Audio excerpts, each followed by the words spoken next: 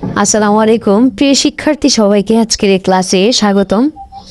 আজকে আমরা দেখি প্রথম বর্ষে আলোচনা করব স্বাধীন বাংলাদেশের অবতরণ ইতিহাস বই থেকে। আজকের আলোচনা বিষয় হচ্ছে মারি চুক্তি কি, খুবই গুরুত্বপূর্ণ একটি প্রশ্ন। পাকিস্তানের সংবিধান প্রণয়নের ক্ষেত্রে মারি চুক্তি অত্যন্ত গুরুত্বপূর্ণ ছিল। 1954 সালে 24 অক্টোবর পাকিস্তানের গভর্নর জেনারেল গোলাম মোহাম্মদ প্রথম গণপরিষদ ভেঙে দেন এবং দ্বিতীয় গণপরিষদ গঠন করেন।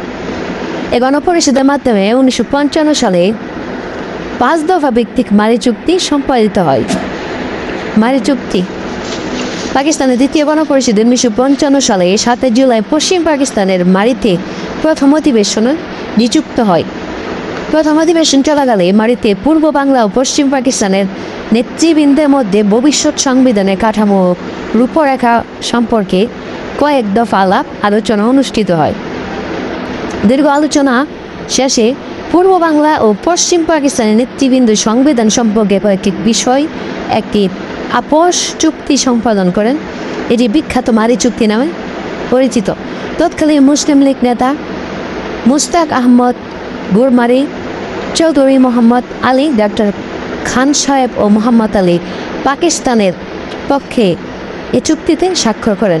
পশ্চিম পাকিস্তানের পক্ষে অপরপক্ষে পূর্ব বাংলার পক্ষে চুক্তিতে স্বাক্ষর করেন হুসেন শহীদ সোহরাওয়ার্দী, একে ফজলুল হক, আতাউর রহমান খান ও আবুল মনসুর আহমদ।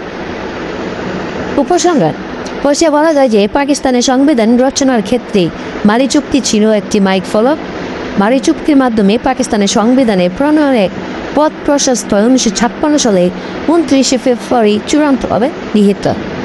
শিক্ষার্থী আজকে আমরা এই ক্লাস থেকে জানতে পারলাম মারি চুক্তি কি। সবাইকে ধন্যবাদ।